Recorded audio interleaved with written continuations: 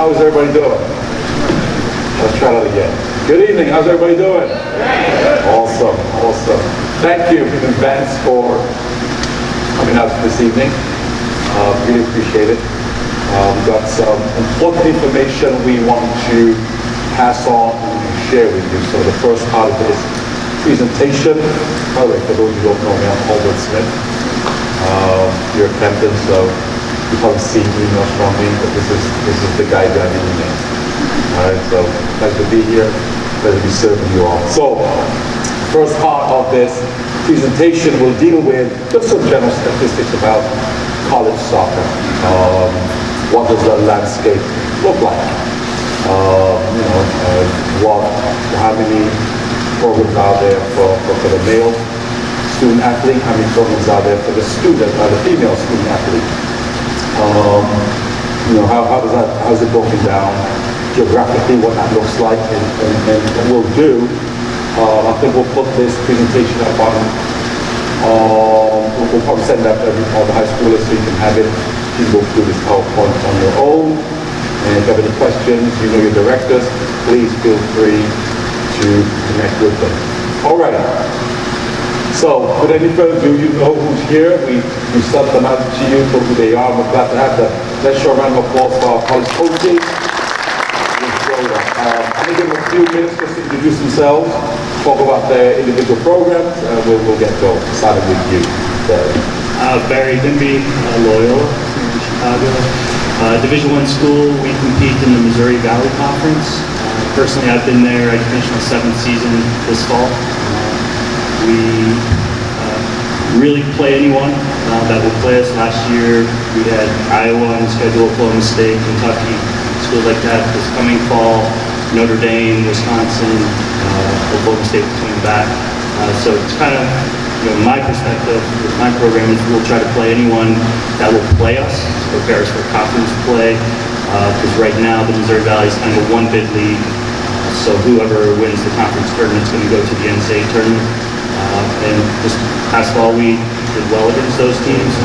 Had victory on the road against Iowa, victory on the road against Kentucky.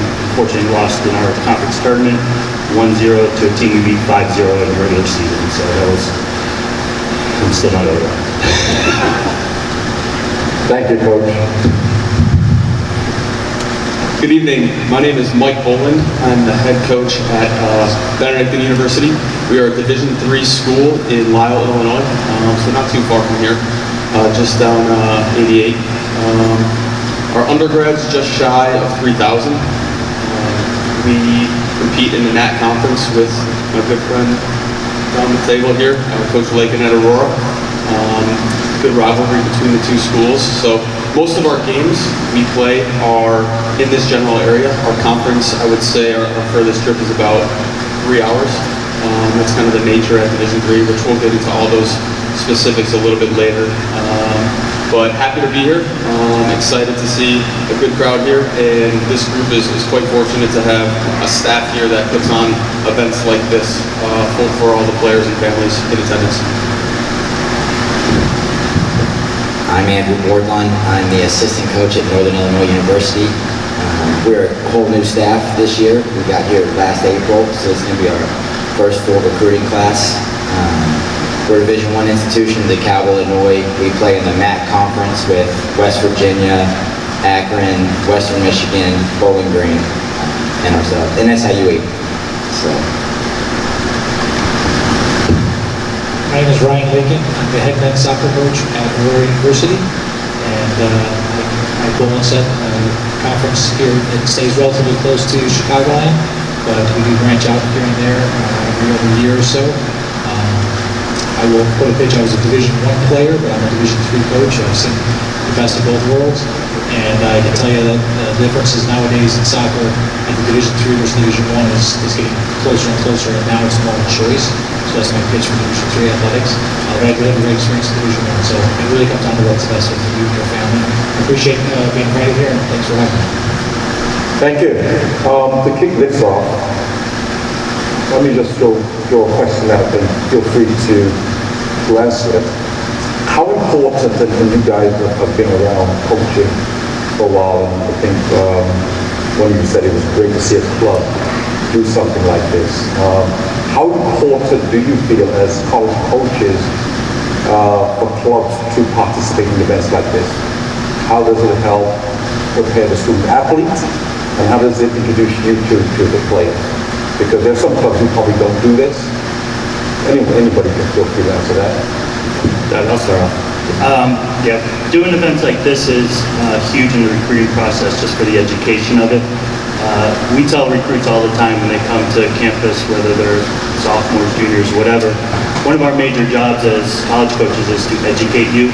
A lot of you guys are going through this for the first time. Some of you guys are lucky that maybe you have a sibling that has been through the process, but for the most part, you guys are going through this for the first time. So to have the support of the club here to bring us in, to educate you guys on the process, I think is huge. Anybody else?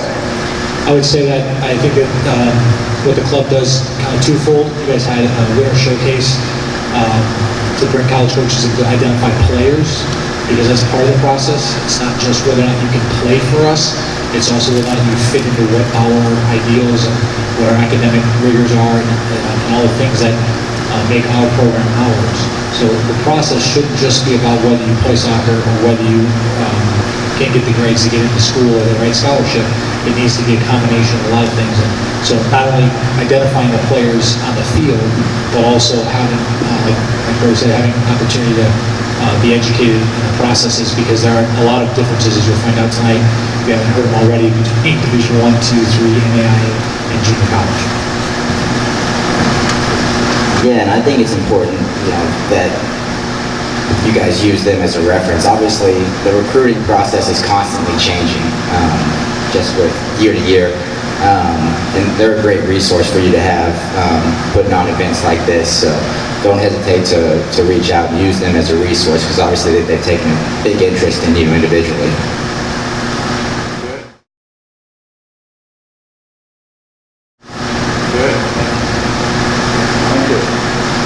Let me go through, I'm going to take about 5 minutes and just go through some quick stats with you. While they're important, I don't want to bore you with that. I want to get to the meat of the information tonight and what's in the minds of these gentlemen here. So basically, I will talk about soccer programs specifically, because we all are soccer players here, I take it, or interest in soccer, that is. The number of colleges/universities in the U.S. that currently offer a soccer program, we talk about 4,600 schools. And we break that down from NCAA Division I, Division II, Division III, and NAIA. Men's programs, there are 206 programs in Division I. There are 216 Division II, 416 Division III, and 204 programs on the men's side for NAIA. And conversely, on the women's side, there are 333 Division I programs. And like, I know you may be straining to see this, we're going to get this out to you, so you can take notes, or we'll get it to you. There are 267 programs at the D2 level. D3 level, there are 441 schools, and at the NAIA, there are 202 schools on the women's side. These are rough numbers. Again, geographically, these are where the schools are. As you can see, the red dots represent D1, the green dots represent Division II programs. The blue dots, you see where Division III, the heavy concentration of those programs are. And the yellow, you have the NAIA distribution of schools that offer those programs. And I was on the men's side. On the women's side, kind of similar, heavy concentration of D3 schools on a certain part of the country. You can see that. Quickly,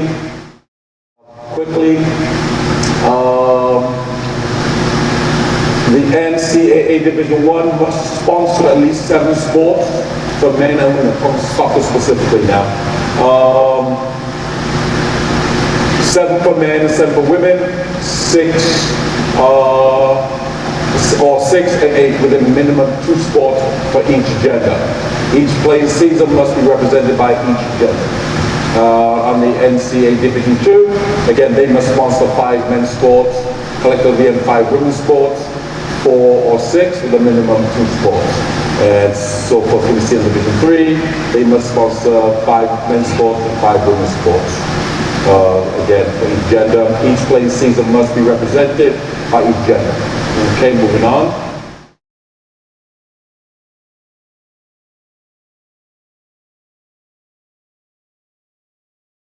Okay, moving on.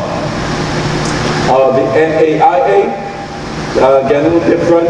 To be eligible to play in this division here, you've got to meet 2 of the 3 requirements here. So either have a 2.0 final high school grade, or cumulative GPA, a composite ACT score of 18 or higher, or 860 on the SATs or higher, or finish top half of the final high school class rank.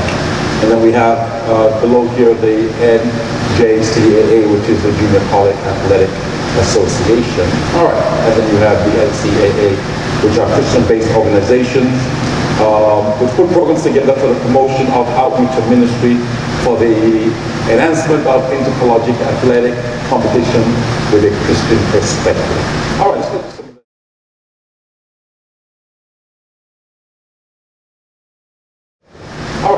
of the some of the questions we have in front of us. So what are the considerations for the player?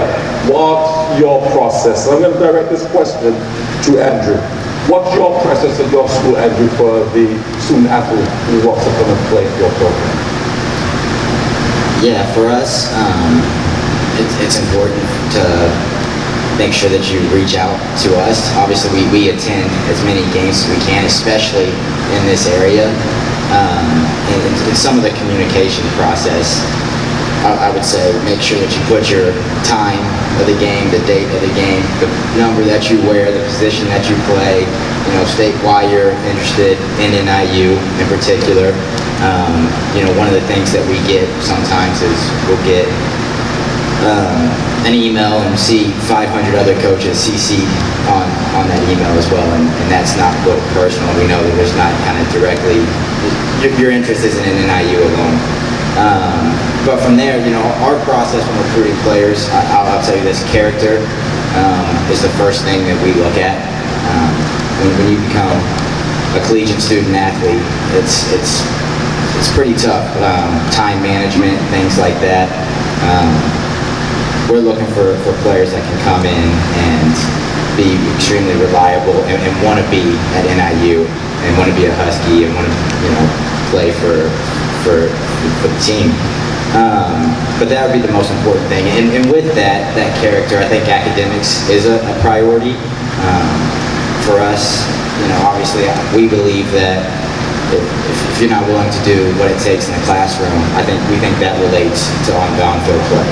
All right, and like I said, we believe that the character is ultimately what drives the player, so it's extremely important for us. So when we go and watch you play, we want to see what kind of teammate you are, things like that. From a playing standpoint, obviously, every coach looks for something different, and that can be year to year as well. Sometimes we're looking for a center mid, but maybe he needs to be a good player to play next to the small, technical, creative players. Maybe we need somebody with a bit more size and pace and physicality. So what we're looking for each year at each position can change. And that's from school to school. For us, we're roster capped at 27 players. That's because of Title IX. So we're not allowed to have more than 27 players on our roster. So when you're researching schools and stuff like that, I think it's important to go ahead and look at what positions they're losing, how many they're losing, and things like that. So, and that can be even brought up in your email when reaching out to us and giving us your schedule and telling us you're interested in the program. I see you lost a center back. I play center back. I'm looking to go to a school close to home, things like that. Obviously, locations can be extremely important when you're looking for your next college. Some people, want to stay close to home, want to be close to their family. It's very important. Some people want to go and 6 hours away. Some people want to go to Florida where the weather's nice, different things like that. So when you're looking at your colleges and you're starting to put together your short list of programs that you're looking at, I think there's a big list of things that you need to be aware of, but it starts with academics. Every school that you research, it'll have the programs that you're looking for, undergraduate programs listed on their websites. Obviously, and then from there, what kind of institution you're looking for is going to be important as well. I've worked at some institutions where the teacher to student ratio was 20 to 1, and some schools are bigger. So putting yourself out there where you're going to put yourself in an environment to succeed in the field of study that you're looking. I can definitely play for you at NIU, but I've never seen. But have you seen us play? Have you come to a game? Do you like our style? Do you believe in what we're trying to accomplish? Things like that. I think you guys are very fortunate to be in a location with a lot of schools.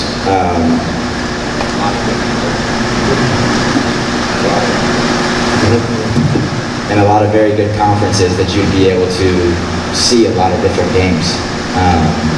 And I think that you guys need to take advantage of that as well. Go watch the games, keep in contact with the coach, but understand that these programs, you're ideally going to be there for 4 years. So having that relationship with the coach, being in a situation with a team that plays kind of the way that you would fit into that system, style of play, things like that is very important. So make sure, what I would say the most important thing is to make sure you do your research. And you can't start early enough on that. Obviously there are rules as far as contacting, and each level is different. For us, we cannot contact anybody until September 1st of their junior year. If we do get an email, we're allowed to respond back simply saying we're not allowed to chat with you yet. But hopefully by sending that, we hope that you notice we got your email. Anyways, but communication cannot start until September 1st of your junior year through emails and stuff like that.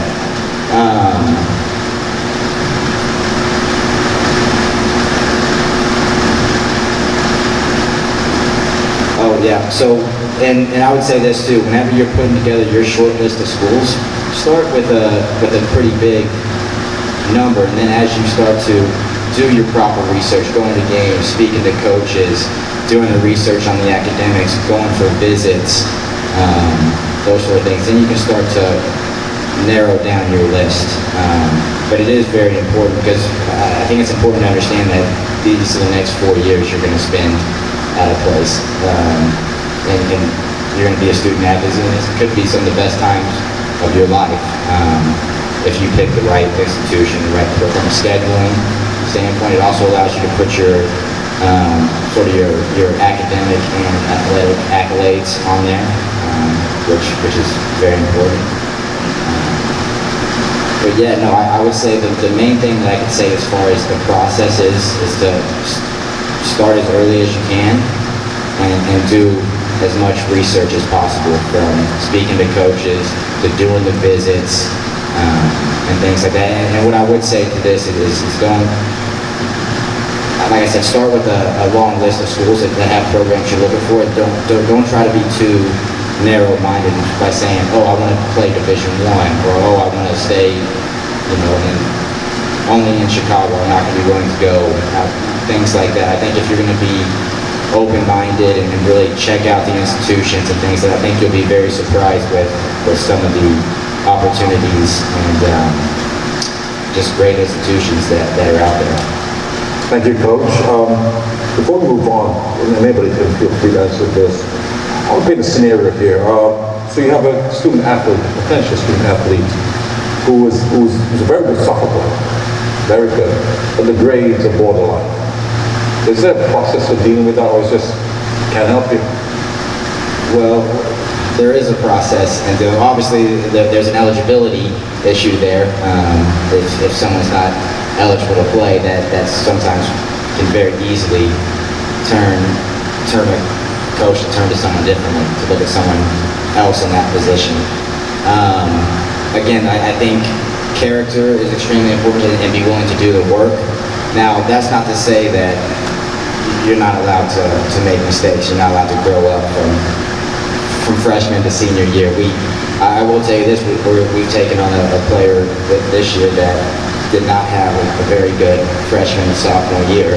Since then, he's gotten all A's, and really he's kind of turned things around. So it is kind of a case-by-case basis. What I will say from an academic standpoint is that, like I said, we're allowed to have 27 players. Some programs have less, some programs have more, but we have 9.9 scholarships.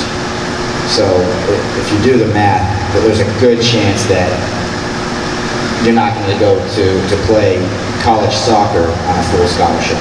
That's just the math. We got to fill the roster, and that's the maximum allowed scholarships in Division I soccer.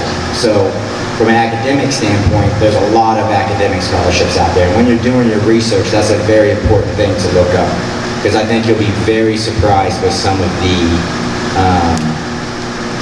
academic scholarships and need-based scholarships, different scholarships that will be available to you depending on the institution. I worked at a Division III institution that costs $40,000 a year. I can tell you that there's some people that were paying less than $5,000. And that's a very possible thing. It's not going to happen for everybody, but on a case-by-case basis and scholarships and different stuff that can come out. I'll tell you, in state, we're $12,000 a year just tuition. That's not room and board. We have a $3,000 academic scholarship, a $4,000 academic scholarship, and a $7,000 academic scholarship. And then we have the top scholarship, which covers everything. So even if you qualify for the $3,000 scholarship, that's a big chunk off of that tuition. And you'll find that at every institution. It's on a sliding scale from ACT and GPA, or SAT and ACT and GPA. Another advice I'll give you on that is, if you're not happy with if you can do better on your SAT or ACT, take it again. Sometimes as much as a point can be, for some schools it can be $500, it can be $1,000, it can be $2,000 extra a year. And that's yearly, it's renewable. So do your research, and if you can do better, take it again. I know it's sometimes difficult, you don't want to take the 3 hours, it is a long time, it's sometimes a tedious task. Take the time to do that, because it really can help you out in the long run, especially financially. Thank you, Coach. Thank you. Let's move on to communication and contacting coaches. Coach Mike, can you share some insight with us on what that needs to look like? Sure thing. Communication with coaches, that's vital. In most cases, that's going to be your first touch point with that college coach, communication. So that first impression really is a big one, okay? That leads us into how to compose an email, what not to say, okay? How to compose an email. Coaches get flooded with a lot of emails, especially, my Division I counterparts on either side. They get a lot of emails, okay? So they don't want to see an email that goes from your soccer life story from when you were 6 to 18 years old, and every accomplishment in between. Bullets, talking about some of the recent highlights and some things that might make you attractive to that coach are certainly good. You want some of the main things to talk about. Name, obviously, grad year, so they can start to funnel and see where you would fit into the picture with their program. Put in their position with your club, position with your high school, but that's not a given, because each coach, as you've probably seen, sees players in different spots. Add in upcoming schedule, but what I'm getting at is you want the meat and potatoes. You don't want the fluff in the emails here. What not to say. Do not talk to coaches in text lingo. Have good grammar, but that doesn't mean have mom and dad write the email. Coaches can tell that. They can certainly see that, and that does raise a red flag, because they want to be dealing with the student athlete throughout the recruiting process. It's okay for mom and dad to be heavily involved, in the recruiting process and be a part of the emails and communication, but it needs to be spearheaded and driven by the student athlete, okay? When to contact coaches. So that's I think if we're talking about big timelines in terms of, it's going to differ between Division I and Division III programs. As Andrew said, Division I, if you email a coach, if you're a freshman or sophomore, they're not going to get back to you, or you'll get just a come to camp email, because that's what they can get back to at that point. For us at the Division III level, the communication rules are a little bit lighter, where if a freshman and sophomore does contact us, we can engage and have a personalized email back and start that process. Now, we'll probably, if a freshman gets a hold of me or a sophomore, I might say, yeah, that's great, send me your schedule, but I'll talk to you in 2 or 3 years, to be completely honest. When to contact coaches before events. All right, so this is a big one. I know with a lot of showcases, Campton does a ton of great events here, and there's they do events where a lot of coaches go to. Okay, that exposure is great. You certainly want to reach out to the coaches, do your due diligence, look on the tournament website, see what coaches are going to the tournament, and reach out to them, let them know what field you're going to be at, what time it is, and what number you are. Okay? Don't do that the night before the tournament though, because more times than not, the college coach will have their recruiting schedule for that weekend already laid out.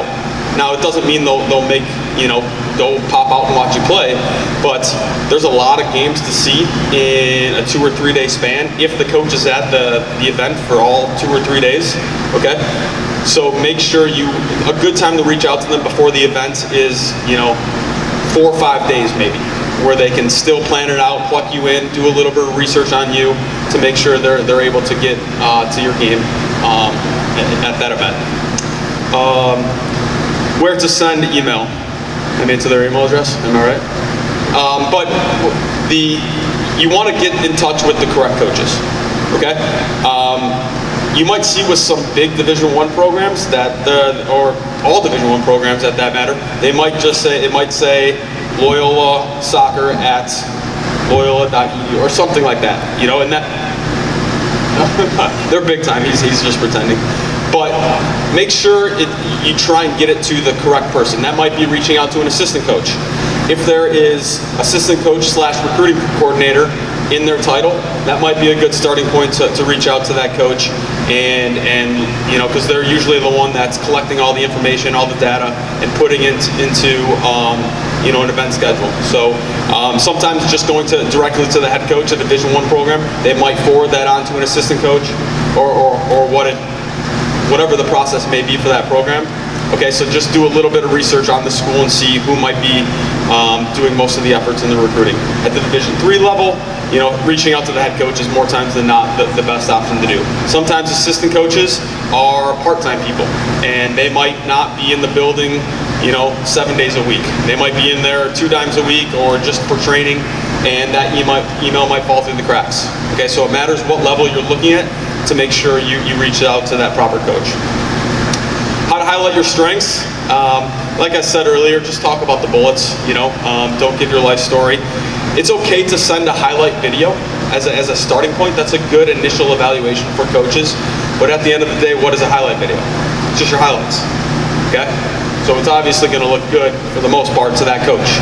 Coaches wanna see what you do outside of the highlights, what you do when you lose the ball, okay? How you defend, because I don't see a ton of defending on highlight tapes, okay? So, like I said, it is okay to have a highlight video in that email, but that's not the end all. Coaches are going to definitely want to see you after that highlight video. And then scheduling visits. In your first email to a coach, in your first interaction, and they haven't seen you yet, that's not a good time to poke and prod and try and get on a campus visit, because they're more than likely not going to want to bring you on because they are busy with training, weights, getting out and recruiting. They might not have the time to just go ahead and schedule a visit for someone that they haven't seen yet. So, yes, you certainly want to be the one that schedules visits with the coaching staff. You don't want to do that through the admissions department and then try and get a meeting that day up with the coach. You want to schedule with the coaching staff. Make sure you've built a relationship with that coach, whether it's through email, over the phone, they've seen you play, And it doesn't always have to be the coach inviting players out onto campus for visits. It's okay if you're a player and you've identified that school and you really want to get on. It's okay to be proactive. It is, you know. So certainly take the reins with that. And it's different with, you know, if you look at a Division III roster. For us, I would say players that reach out to us first make up, I would say 60% of our roster, okay? And then 40% of our roster is ones that we seek out and go and get, okay? Division I level, it's gonna be shifted completely on the other way. Most of the time, they're gonna be the ones identifying players and then initiating that contact, okay? But it's different from program to program. At the Division III level, I said that's my balance in terms of 60-40, them reaching out to us versus, you know, how we're bringing on. You know, at a top 25 team at Division III, it's gonna be different. Okay, so just keep that in mind as you look at the different schools and how you interact and get on that school's radar as you go through the recruitment process. I say battery here. I got a question. And you touched briefly on the relationship of the parent or the role the parent plays in the recruitment process. And I imagine there's a thin line where it can be crossed. We don't have those parents here at Camp Benford. They know where the line is. But, you know, how much is too much? Anybody can answer that. I'll go. Yeah, we realize, because we're dealing with scholarship money at the Division I level. Loyola in the fall will cost $58,000 a year. Yeah, 58. So somewhere along the line, the parents are going to have to be involved, right? The kids aren't paying that bill. We know that, but hopefully the parents understand, you know, we're going through the process, their kid is going through the process of understanding what's the best fit for them. So hopefully the financial questions are coming later once we get to know each other and have built that relationship. But yeah, we understand it's a huge bill, especially for us at the end of the day. So the parents do have to, at some point, step in. Well, thank you. Well, thank you.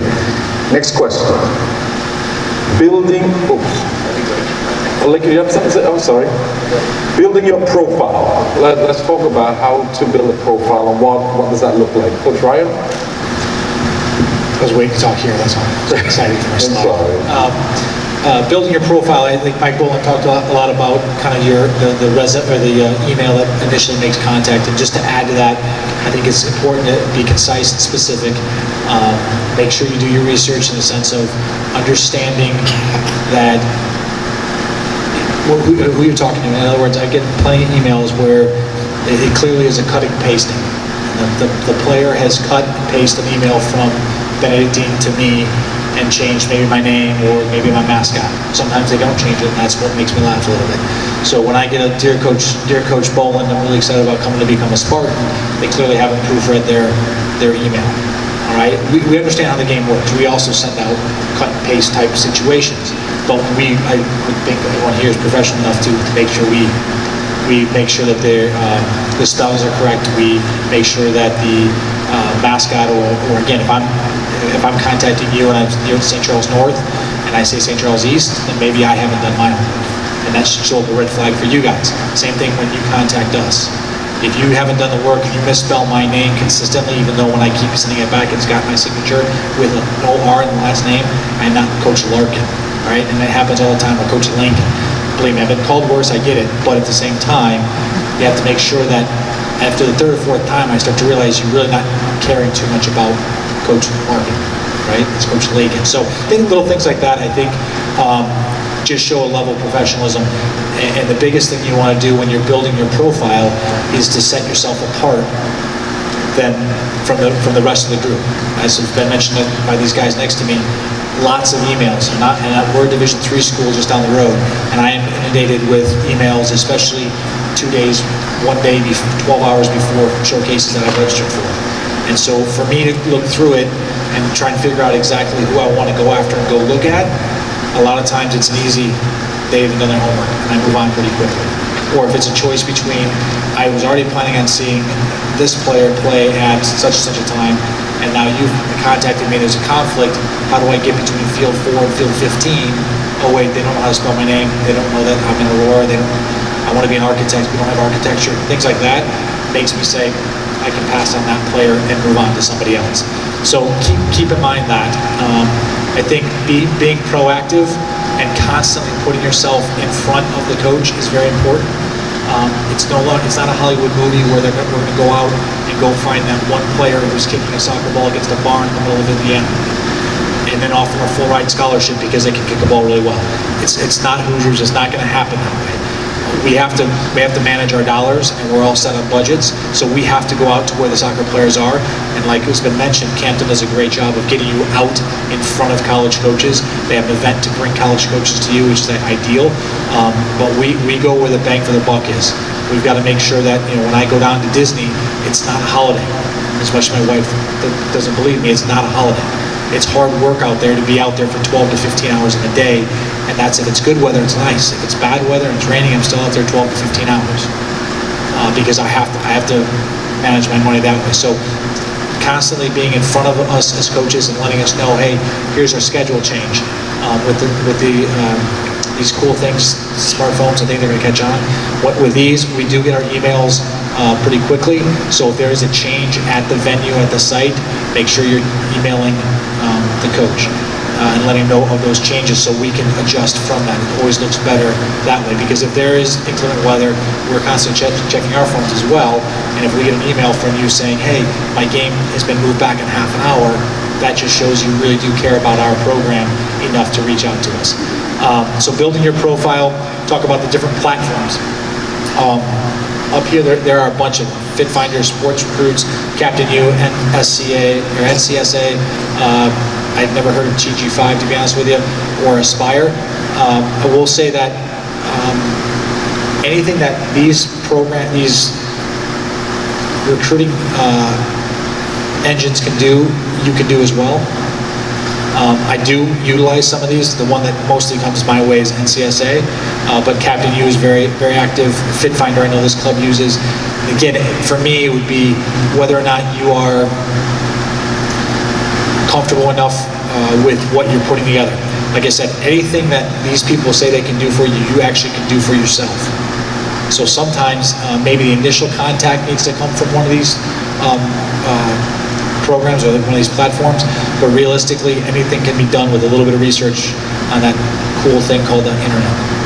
All right, and so spend the time and do the research, and that shows volumes to your character, which is what Andrew mentioned, because it does set you apart a little bit. Now, if you've paid for the service and you're using, that's great. Make sure you're getting everything out of it. Does that make sense? But again, a lot of the follow-through can be done personally by you than you, the player. So players out there, make sure you understand that we'd rather talk mostly to you. And again, we've already mentioned parents do factor in. Video clips, I think we discussed that for us at Aurora. In most cases, 5 minutes is kind of the hook that wants us to come out and watch you play in that next showcase. We want to see that. And be careful on what you show. If you are a good ball winner, make sure you show you can complete some passes as well. A lot of times I saw just a highlight film that made me laugh, and Mike was talking about this. I saw the finish of a play, a couple good passes, the kid gets through, makes a great touch around the goalkeeper, and then clip, it goes to something else. He clearly didn't score that goal, right? So by not showing it, showed me exactly what happened. So we're not as dumb as we look. So make sure you just kind of put the thing before, couple minutes, maybe 20 seconds before the play happens, and maybe 20 seconds after, shows us a little bit, unless of course it's a goal and you can close it. But things like that just help us understand the level. I don't know of many coaches that will recruit strictly by video, and the reason being is it's very difficult to tell the level, unless of course you're looking at saying, oh, this is the Midwest Cup final, and therefore you know it's a good level, right? If it's a one-off tournament in the middle of Iowa that we haven't heard of, and you're playing against mostly 14-year-olds, and you're 17, you're going to look really good. And that doesn't help us necessarily identify whether or not you can play at the next level, which is our college level. And what we have to ultimately take a chance on is whether or not you as players, we're trying to guesstimate whether or not you're going to evolve and continue to improve and develop not only in the classroom, but in maturity-wise as a person, but also on the field and play the level that we need you to. In some cases, playing against 24-year-old freshman from Sweden who plays for North Park. So you have to be aware of those types of environments that we deal with. Last thing I think that is important from a standpoint of building your profile is getting another way to get out in front of the coaches is the college camps. They can be expensive. More and more of us have gone towards those one-day prospect or ID camps that allow you to come in for an abbreviated price and get in front of coaches.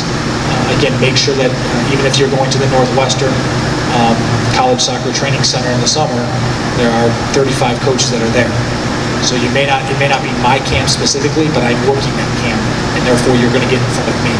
Same thing with these guys. They host camps, but they also get out in front of camps, especially the assistant coaches, where they're still trying to make a little bit more extra wedge on the side, and so they'll get out there for two reasons. One is it helps them live, and it also helps them recruit. All right, so that's kind of the building the profile. The biggest thing I can tell you is each player here can and should do the work, and each player here needs to make sure they're proofing. And mom and dad, when you're looking at this stuff, again, we can tell when you've written it, but it's okay to proof it. Help them help themselves. Thank you. Question. So with a lot of video companies out there contacting players, contacting programs, clubs to provide video recording of players for college recruitment purposes, as coaches, is there a difference? Would you rather have a professionally made video clip, or can mom and dad be out there with an iPad and record it? Well, I would, mom and dad, be careful. Turn the volume off when you're recording, because that can be really distracting, is a nice way of saying it. How's that, right, coaches? So that's one pitfall. I think a lot of it can be done. You can use professional services. Just be careful, because, again, a lot of times they want the cool graphics and the slow-mo. I don't need to just see you move slower. I need to see you real-time speed, because that's what I'm going to judge you on. So, you know, the other thing that would, you know, making sure that we can see your number is important. A lot of times it's so far back that you can't actually tell who's who. So that's where the icons or highlights of arrows point.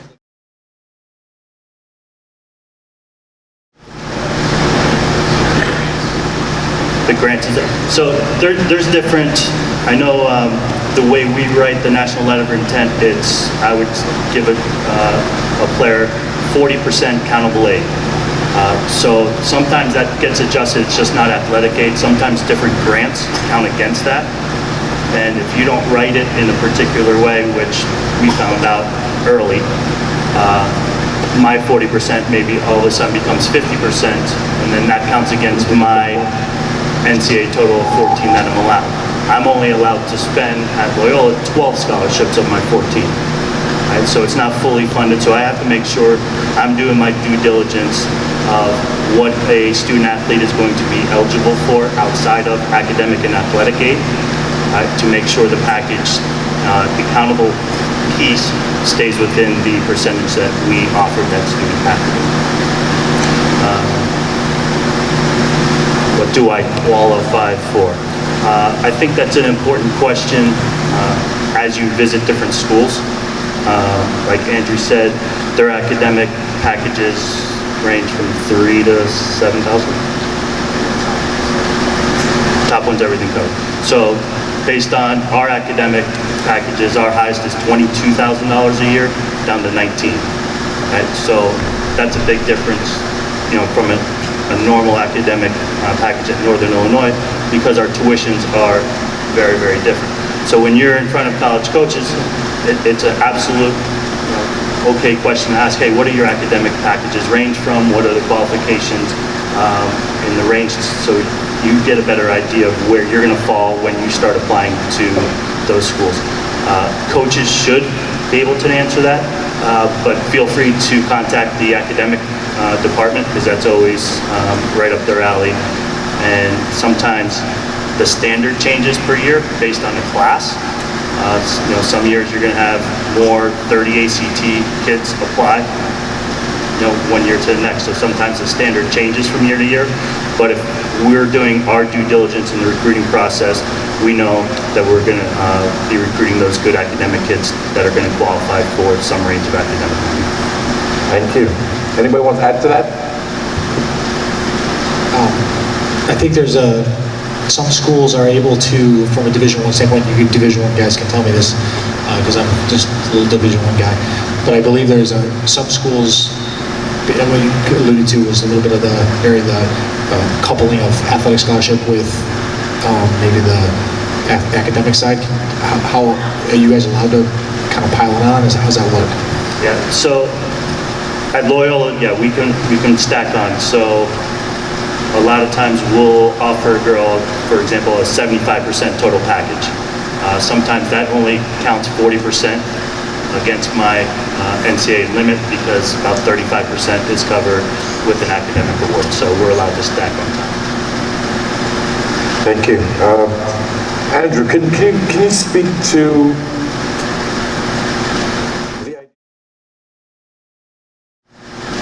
the idea of college camps, attending a college ID camp, as more so versus a private company?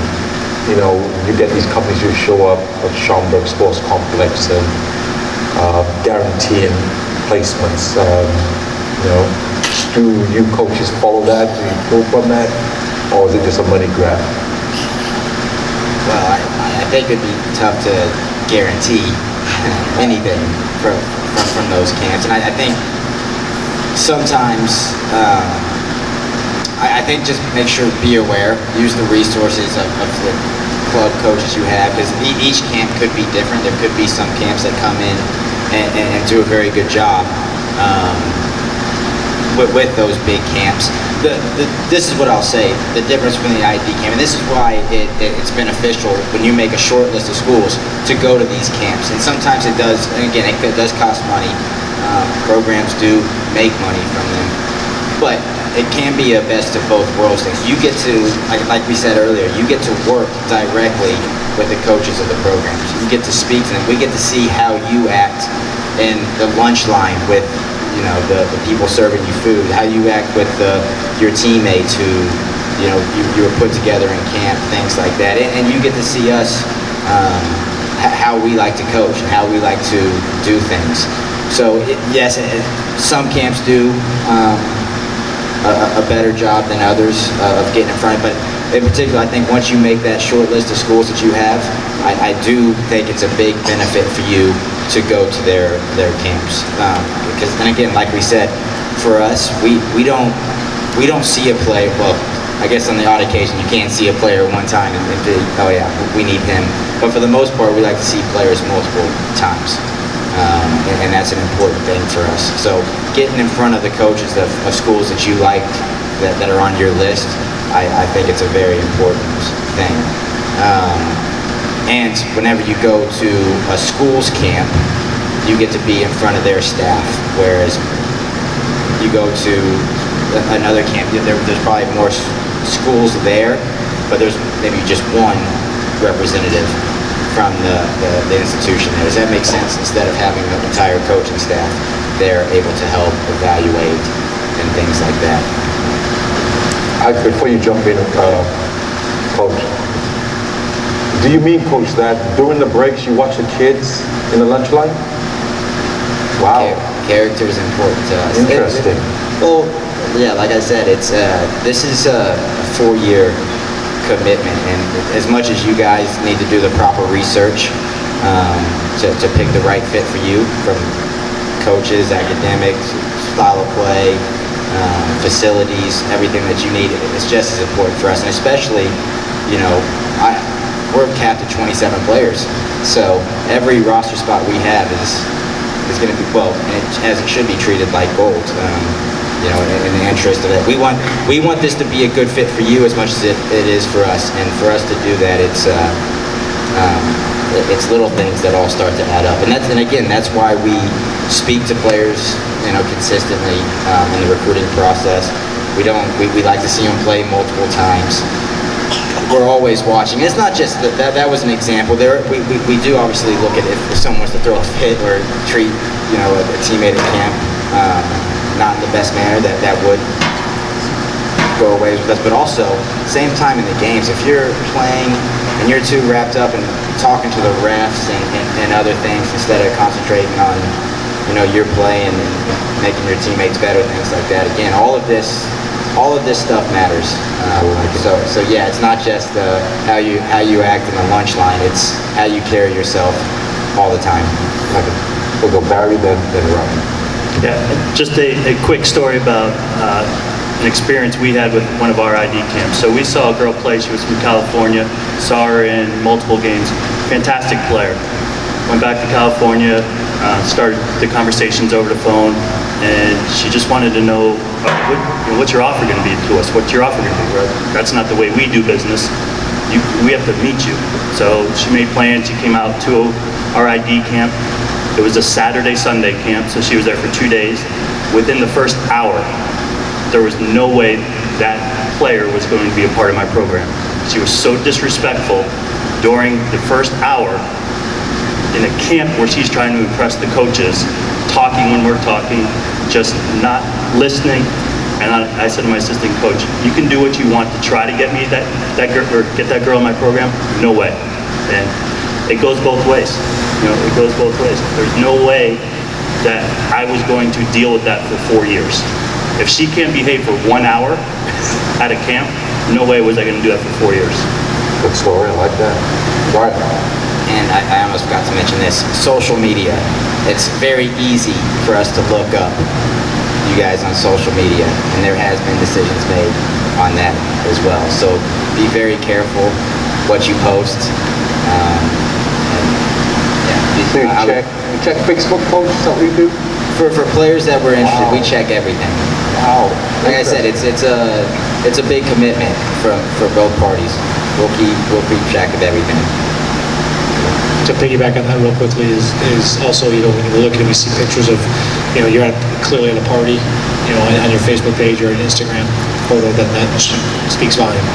What I was going to add with regards to the whole camp situation, when you're on that campus, if you're a freshman, sophomore, you can actually have a meaningful dialogue with the coach at that time because you're on their campus. So if you call up the Division I's as a freshman and they answer the phone because they happen to catch them at that moment by their phone, they can have that conversation. But if you leave a message, please call me back, they can't call you back. No matter how badly they want to, they cannot. So keep that in mind as well as with regards to the communication. But that's a key piece to the camp puzzle that you can utilize to your advantage. Is it gets you in front of coaches, but it allows you to have meaningful conversations with those coaches. Well, thank you.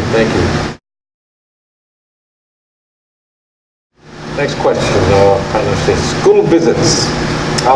Can you define unofficial visits and official visits? That's for Mike. What was the difference and how do they work?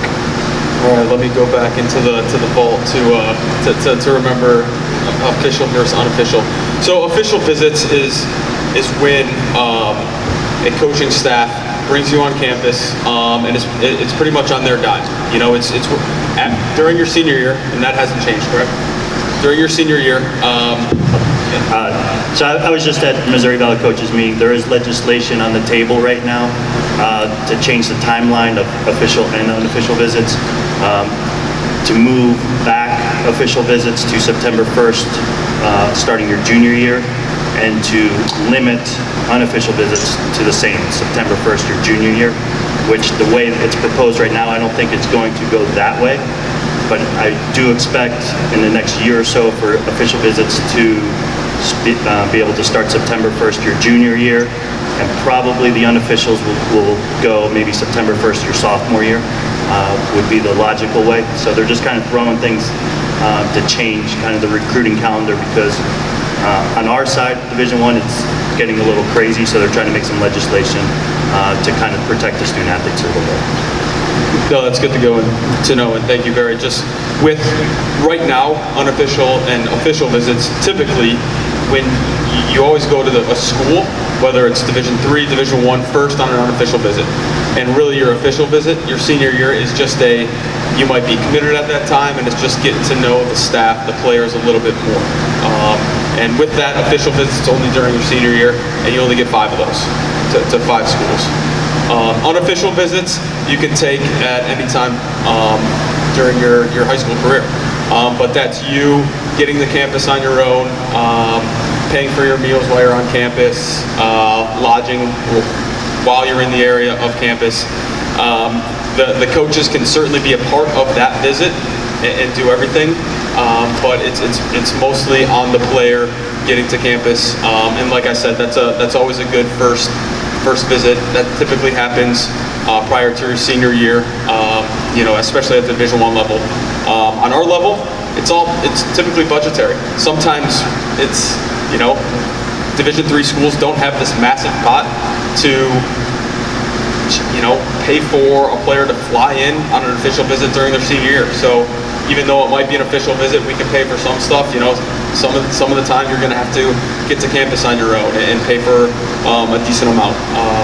So that's in a nutshell unofficial versus official visits. And unofficial visits, you can take as many as you want. You can get out to campuses, and that's the most important thing. While you're going through the recruiting process, get out and see campuses.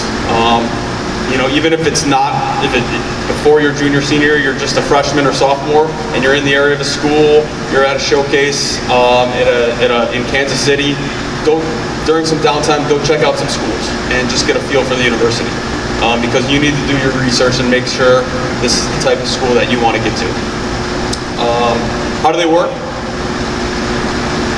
Just real quickly, at Division III level, a good way to say it is if we go beyond what our normal institution would do. So, our normal admissions will allow students to stay overnight.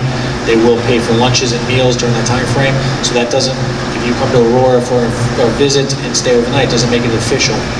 If we go above and beyond, we go above and beyond with regards to what we provide them with the normal admissions process does, then that's when it becomes official from the Division III level. So how do visits work? It matters what type of visit you're on, whether it's just a day visit for an unofficial visit or you're doing an overnight for an official visit. But typically, first time for a visit, let's take an unofficial visit. You'll meet the coaching staff. They might tour you around the athletic facilities. They'll pop you around campus. They'll typically get some players on the team, if not all of them, together maybe for a lunch. You might sit down with a compliance officer or student athlete services just to talk on the academic side of things. At the Division III level, they might have you sit down with admissions. Even at the Division I level, sit down with admissions and talk about your area of study, the track that you might want to take, what a potential dream job is, and work backwards from there in terms of what you want to study in school, making sure that school has that area of study. So typically that's how visits work. And it's okay to, while you're on a visit, if you want to request some things, say, hey coach, is it all right if I check out a dorm if you hadn't seen one? Yeah, they'll certainly take you out to a dorm. I always tell players when they come on visits, really just enjoy the process, enjoy the visit. I can always tell when it's a player's first couple visits, they are nervous as heck. And that's not what it should be. We don't want it to be an intimidating environment where they're nervous throughout the whole time. We want them to ask questions. So while you're on a visit, ask questions. It helps out the dialogue with the coaching staff. We want you to leave campus for whatever time you're there with as much information as possible. Even if it's asking a question about a building that you passed, or the academic majors, or all the soccer questions that you can come up with in terms of style, what roster spots are you looking to fill for this recruiting class, whatever it may be. Certainly ask questions while you're on campus, because when you are on campus, the communication rules, with the coaching staff, especially at the Division I level, it's free. You can talk to the coach as much as you want while you're on their campus. So certainly get in everything that you need to while you're on those recruiting visits. How many do I have? We already talked about the official visits. You have 5 during your senior year, and if legislation goes into effect, that might get bumped back, which is that's good to hear. And then unofficial, you can get on and get out to as many campuses and meet with as many coaching staffs as you would like. What to expect? Just expect to have just frank conversations with coaching staffs. It's a recruiting process on both ends. We're recruiting the player as well as the players really looking to feel out and see if this is the right fit for them. You really want to, when you're on that campus, look to check off as many boxes as you can. Okay, there's a lot of boxes to check off in terms of what type of school it is. Coach was just talking about Loyola versus Illinois State, completely different, but that's okay. Each school is different and each player is looking for a different experience in each of those schools. The financial aid box, that's a really big box to check off, especially for mom and dad. So, you're gonna have to, weigh everything as you get on campus. Come prepared with questions to ask the coach. So when you do sit down in their office and you have a conversation, you look like you've come prepared instead of just saying, and just twiddling your thumbs. Be professional. Don't be texting on your phone while you're sitting there in a meeting, maybe with an academic person or the compliance person in the building. Eye contact, all the things that Andrew mentioned at ID camps. Coaches are looking at that while you're on campus visits as well, because I'm sure it's happened, whether at ID camp or a visit. Coaches might put a big red line through a player while they're on a campus visit because it doesn't look like they'll be a good fit for that program. Because it really is essentially, in short, a quick interview in terms of both sides of what the coaching staff is looking for and what the players are looking for. So let me ask a question. I don't know, you may not want to, I don't know, let me ask it anyway. Let's go. Do you ever allow a potential student athlete to train with the team? It's not allowed. Okay. You can't just throw them into a training session. Some levels it can. I believe Division II, you're allowed to do that under certain circumstances, and NAI, you are allowed to have the player play with the team. Okay. Now, there has been circumstances at the Division III level, say we're doing it overnight and there's an open gym and the players get together and play. Coaching staff can't be there. And it can't be on the itinerary. It can't be a scheduled thing, but that they'll just say, the player will reach out and say, hey, bring your boots, and that's might what happened. But the coaching staff can't say, hey, as you're here, let's pluck you in at the Division I, Division III level. D2, is there special circumstances? Okay. So it's a premeditated date. Oh, sorry, I used the mic in front of me for a reason. So Division II, as I understand it, is such that you get one tryout date with that team, and so they can step into a practice environment. I don't know if they have to have one set date. Again, I'm not overly familiar with Division II rules, but I do they only have one tryout date. NAI, as I understand it, there really are no rules, so you can go out and practice with them. I think it's once, maybe twice, but you just go practice with the team at any given time. So help me, gentlemen. If a potential student athlete shows up at a D1 school and the coach says, hey, why don't you just run, take a go have a look. What should the student athlete say? How should he deal with that? Well, I would say, again, limited experience the coaching at Division I level, but I would think that as much as we look for certain red flags that fly up, it depends on your moral compass. If you're okay with a coach trying to circumvent rules, no one's really going to follow. If you don't report them, they're not going to report themselves, clearly, if they're suggesting it. So if you want to go in that environment, again, that would be a red flag for me personally, but that's where my moral compass points. Yeah, when we send the itinerary, there's always some sort of observing training with the team, and probably 8 out of 10 that I send, the girl responds back, should I bring my shoes? Am I going to practice? No, you can't do it. Thank you. Okay, next question.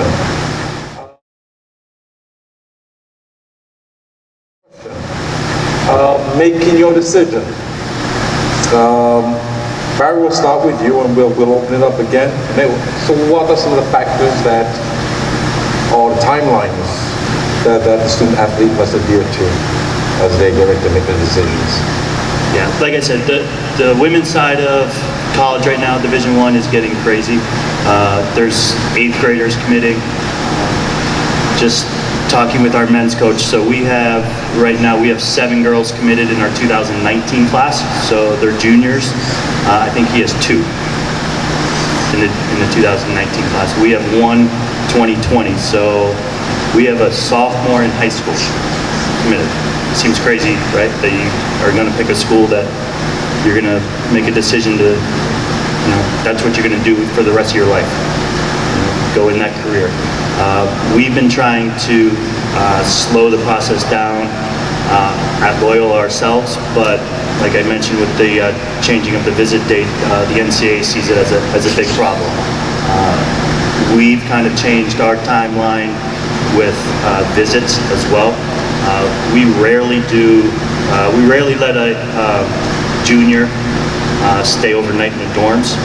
We kind of just thought, myself and Frankie were both dads, and we're like, why are we having 15, 16-year-old girls stay in a college dorm? Like, that is a scary proposition. So we've basically stopped it, and I can tell you that's not everywhere. It's just a decision we made because we just thought it was silly to put those young people in that position. I don't know if it's different on the men's side, having juniors stay over, but it happens. But timeline as far as decisions, what we always tell players is you'll know when it's right. Do your visits, visit different schools. You're gonna figure out when you step onto campus, when you meet with the coaching staff, when you meet with players, you're gonna feel it and you're gonna know when it's right. And that might be your sophomore year. That might be second semester senior year, right? But the biggest advice we give to players is don't freak out because your teammates are committing. And that's what happens a lot. And that's why the transfer rate at Division I women's soccer is outrageous. It's out of control because these girls are committing freshman and sophomore years just because they took the first offer and didn't really pick a school that was the right fit for them. So they get there and they're like, what was I doing? Like, this doesn't meet any of my criteria for picking a school, whether it's academics, whether it's location, size of school. So go on your timeline, but do the research and make the decision that's an educated one. Okay, anybody else want to piggyback on that? All right. Hey, let's give our panel a nice round of applause, folks. Thank you. We got about 15 minutes left.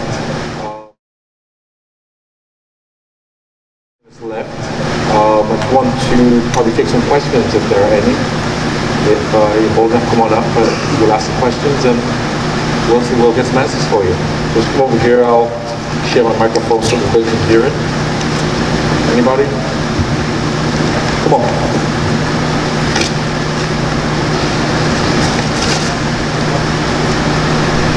Coaches, do you guys ever accept walk-ons? Do you ever accept walk-ons? I was a walk-on, so it can be done. It doesn't always live up to the dream. I walked on with my best friend, and after 2 years, he ended up quitting because he was behind 2 recruited All-Americans in his position. He was a better soccer player than me by far, but the guy ahead of me failed out, opened up a spot. Coach says, "Can you play left back?" Yes. I was a center mid, by the way. Can you play left back? Yeah. Are you left-footed? I will be. And that's how I got on the field. Number 19, why? Because it's the last jersey they had. We'll take it. So yeah, it worked out for me. I've seen a lot of people it didn't work out for. So you got to be careful on walk-ons. But it does happen. At the Division III level, we're not as hamstrung by roster sizes as the Division I's. So for us to say we have a lot of walk-ons, it's a lot of times it's that 60-40 ratio where you got some people, hey, we'll take a chance at coming from a good club, coming from a good high school, we'll take a chance on you, highly recommended. We don't need to see you play. You already plan on coming to Aurora, we'll take you, we'll give you through the preseason, we'll give you through the year to make your point. So yes, it does happen. These guys can tell you a little bit more on the Division I, but it does happen. How would you define a walk-on?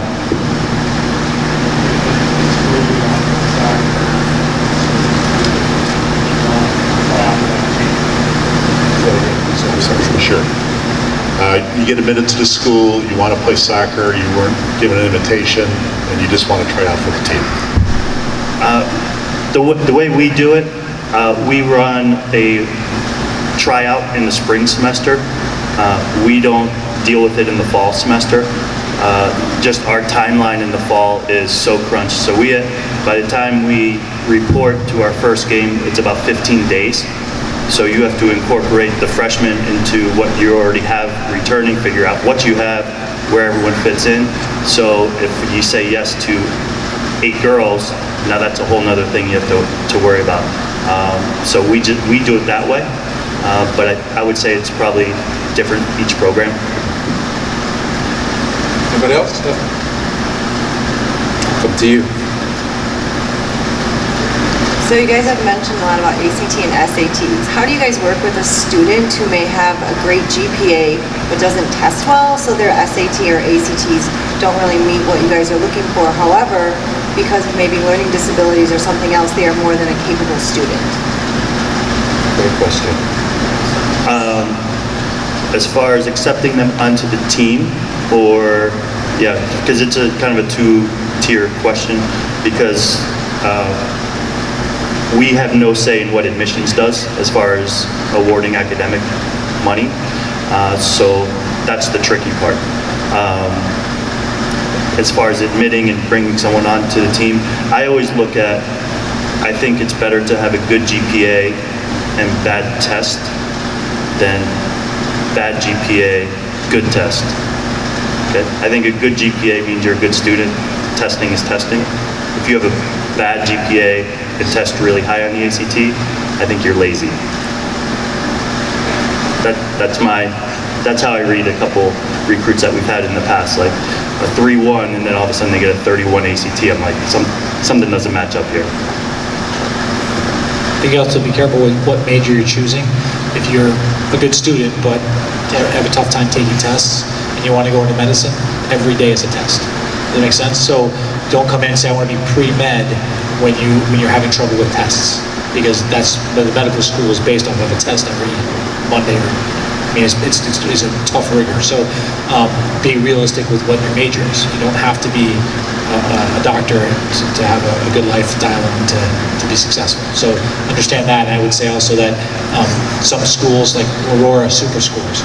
So if you take the SAT 4 times and each time you have a different section that's a higher score, we'll take the highest score from each test and super score it, and then that becomes your final. Does that make sense? So that some schools do that, so check in on that. And then some schools, again, like Aurora, our admissions will allow you to take the test on our campus if you need to. It's administered by them, monitored by them, and only scored for our school, for our admissions process solely.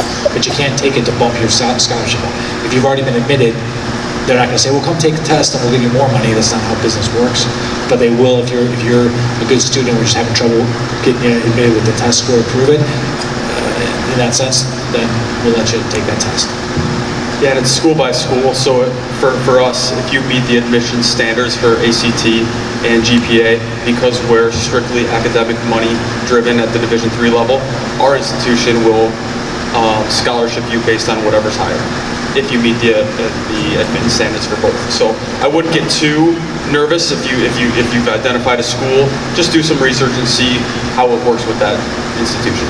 There's also schools out there, I'll use North Park as an example, that are test score optional. So if you have a high test score, they'll let you use that in the process. If you don't, then they'll go by your GPA to admit you and score it. So look out for those as well. Great question. Anybody else? I'll get you all to go, huh? All right, well, thank you, gang. Thank you very much. Awesome. Folks, thank you for coming. I hope this information was beneficial. I'm sure they don't mind if you want to speak to them privately. But again, thank you. Thank you for being part of Camden Nation. Have a great rest of the weekend. Bye-bye.